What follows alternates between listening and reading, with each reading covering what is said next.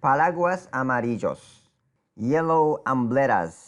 In this video, we're going to cover nouns and adjectives in Spanish and how they are different than ones in English.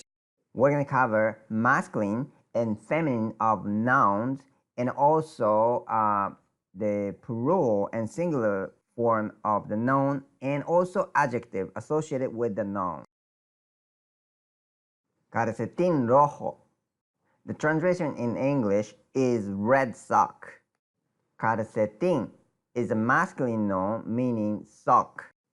So unlike in English, Spanish words always have its masculinity. And more interestingly, the adjective associated with that noun has to adopt its masculinity to match the masculinity of that noun. Calcetín is a masculine noun, so when we want to describe the calcetín with the adjective red, red has to have its masculine form, which is rojo, instead of roja. But just like in English, if you want to say socks instead of sock, it will be calcetines. But the adjective red also has to adapt to its plural form as well, not just masculinity. So it will be rojos, calcetines rojos. Let's take a look at another example. Gorra is a feminine noun for cap, a cap. So the adjective red needs to be adapted to its masculinity, which is feminine. So it's going to be roja, gorra roja. So what about paraguas? Paraguas is a masculine noun meaning umbrella. Amarillo means yellow, but it's for masculine noun. If the noun is feminine, it has to be amarilla. Paraguas amarillo. What is this? Paraguas is masculine noun singular form of umbrella. And amarillo, like we looked at, it's a masculine form of adjective meaning yellow. So it's a single yellow umbrella, a yellow umbrella. What about paraguas amarillos? Paraguas is a masculine noun as a singular but also as a plural, so it could mean umbrellas, multiple umbrellas. So in this case, amarillo has to be plural form, amarillos. Paraguas amarillos. So let's talk about plural for a moment. How can we make a singular form of noun to plural form? It's not just adding s at the end, unfortunately, but there is a regular pattern and there is a pattern in irregular pattern as well. First, we take a look at the regular patterns. The first one is the ones ending with vowels. A, E, I, U, O.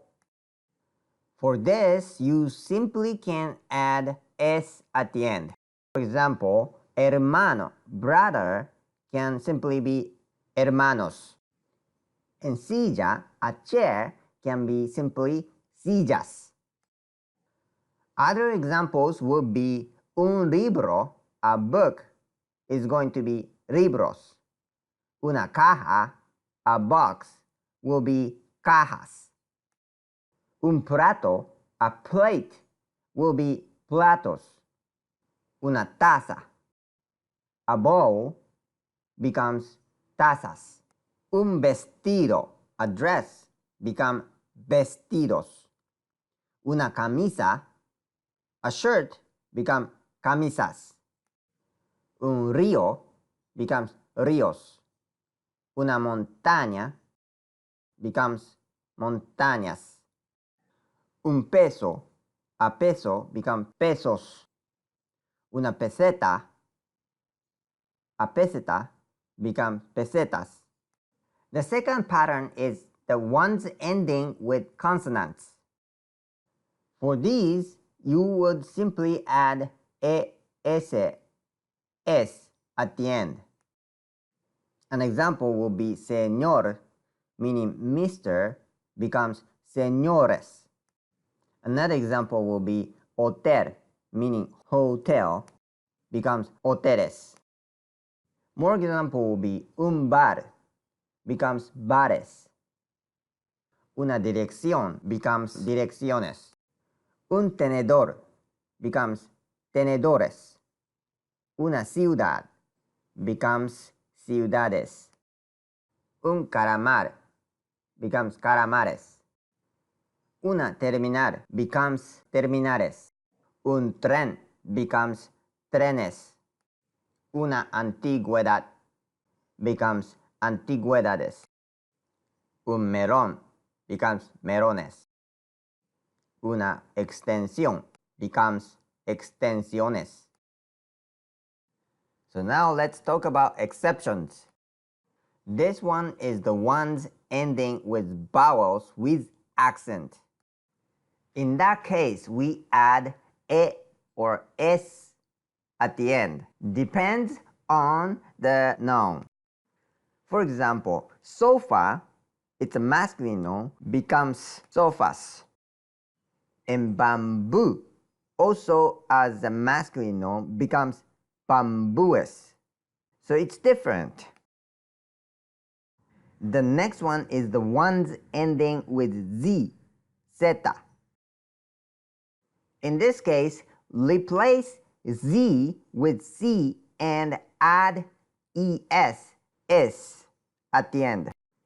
An example will be luz, a feminine noun, light becomes luces.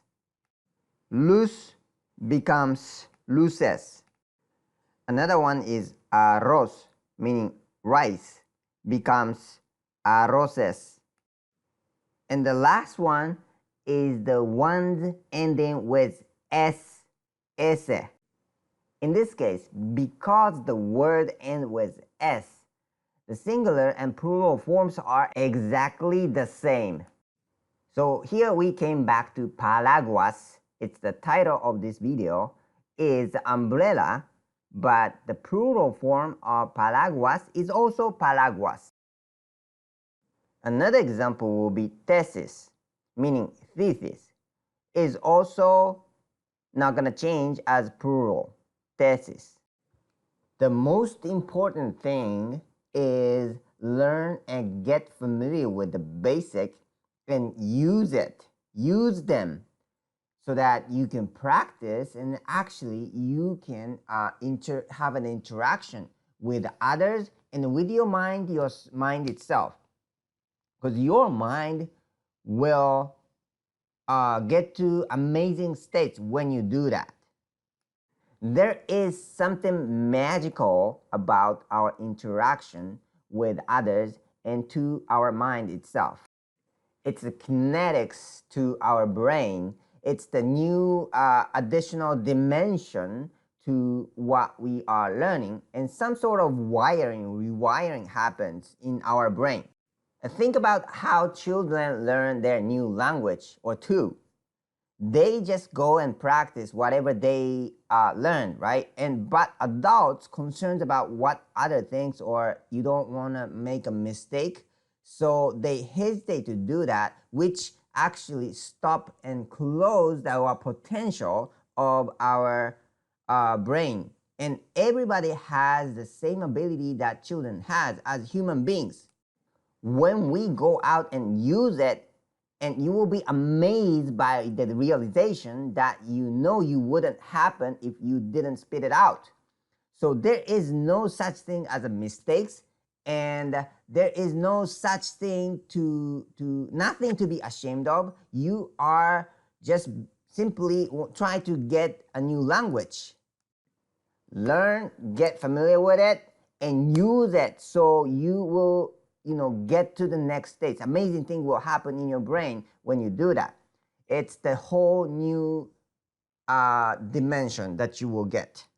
And the reason I'm emphasizing this is because I've been there. But once I got out of this dilemma, then the difference was like heaven and earth. And nobody needs to be there for a long, long, long time.